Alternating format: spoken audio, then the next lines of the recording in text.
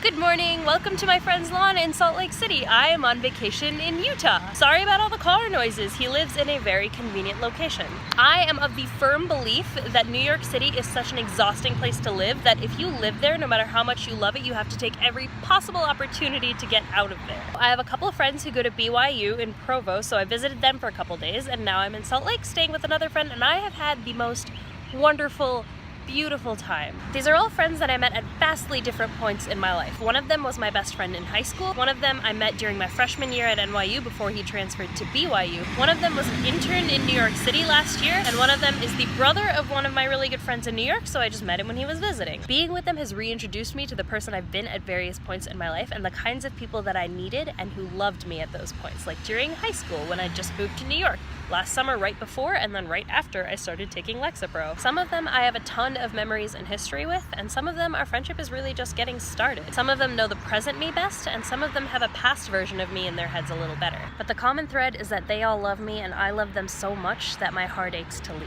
I've been thinking a lot this past week about a blog post called The Tail End from Wait But Why, which I will link in the description. He basically tries to count life events. For example, I'm 21, so if I live until 90, I only have 69 winters left. If I read 10 books a year, that is 690 books. That's actually not too bad. But the weird part is when he mentioned that if you move away, then the first 18 years of your life is more than 95% of the time you're ever going to spend with your parents, which means I've spent it all. I'm pretty sure I see my parents more often than most people who live far away from theirs, but that's still nothing compared to being around them constantly like I was when I was growing up. And that's true of a lot of people you grew up with and loved, friends from school, siblings, neighbors. The three main takeaways of this idea for the writer of the blog post is 1, prioritize, 2, quality time matters, and 3, live near the people that you love. And I thought I was happiest when I visited St. Louis and saw my high school friends and my family, but I have been so happy this last week in Utah. And it's one thing to feel happy revisiting the home that you grew up in, but feeling so connected to a place you've never been to before is a whole nother story. The friends that mean home to me live everywhere and come from all parts of my life,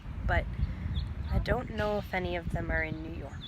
And I have literally zero desire to live anywhere but the greatest city in the world, but that's been a hard thing to realize this last week, and I don't know what to do about it. Maybe the joy that I felt for most of my adult life is nothing compared to the joy that I could have. Independence has never meant you have to be alone. The deus ex machina end to my story is that my best friend is moving from St. Louis to New York in 2 weeks. But despite that, my week in Utah has really got me thinking about the amount of joy that I can have compared to what I think is normal, and the kind of life that I want to make sure that I build for myself. Those are all my thoughts, and I would like to go explore Salt Lake a little bit now, so don't be afraid to move.